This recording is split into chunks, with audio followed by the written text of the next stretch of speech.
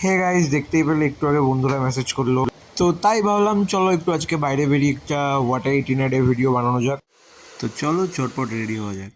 তো সকালের ব্রেকফাস্টটা স্টার্ট করলাম ওটস আর আম দিয়ে। খেতে খেতে ক্যামেরার সামনে একটু ক্যাত মারছি, আবার মাকে একটু খাইয়ে দিলাম। জানি আজকে অনেক ভারী ভারী খাবার খাওয়া হবে, তাই এখন হালকা খাবার থেকে তো বন্ধুরা ফোন করে বললো কিরে কোথায়, আমি বললাম এই তো অটো স্ট্যান্ডে দাঁড়িয়ে আছি। তো যাই হোক, পরের খাবারটা খেতে চলে গেলাম রিগেল স্টারে ক্রিস্পি চিকেন।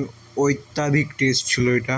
তো তার কিছুক্ষণ পরেই চলে গেছিলাম আড়াইটার শোতে সিনেমা দেখতে। তখন নিয়ে নিয়েছিলাম কোক আর একটা পপকর্ন। খেতে খেতে গোলমাল 3 মুভিটা দেখছিলাম। ও সেই মুভি দেখতে দেখতে পপকর্ন খেতে খেতে কি স্বাদ ভাই, অত্যাধিক।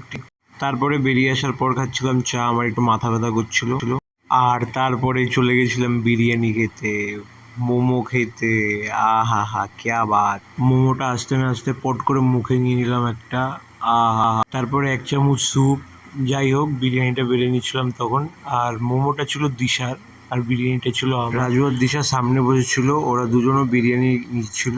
তো তারপরে বিরিয়ানি খেতে খেতে একটু ক্যাত মারছিল। তো তারপরে দিশা বলল ভাই আমাকে একটু নে, আমি একটু রিভিউ দিই। তো রিভিউ দিল যে না ভাই বেশ ভালো হয়েছে। কথাটা বলতে না বলতে আমার প্লেট থেকে একটা চিকেনের পিস তুলে খাওয়া শুরু করে দিল।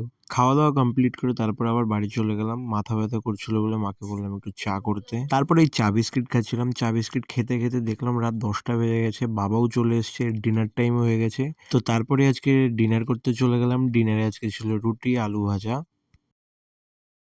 বাবা মার সাথে খেতে খেতে একটু গল্প করছিলাম, টিভি দেখছিলাম। পরেই একটা গোটা আম খেলাম। সারাদিন এত খাওয়া দাওয়া করেছিলাম বলে লাস্টে একটা থামস আপ খেয়ে আমার ব্লগটা এখানটাই শেষ করলাম। এই ধরনের ভিডিও যদি তোমাদের ভালো লেগে থাকে তাহলে আমাকে কমেন্টে জানিও, আমি আবার বানাবো। টাটা।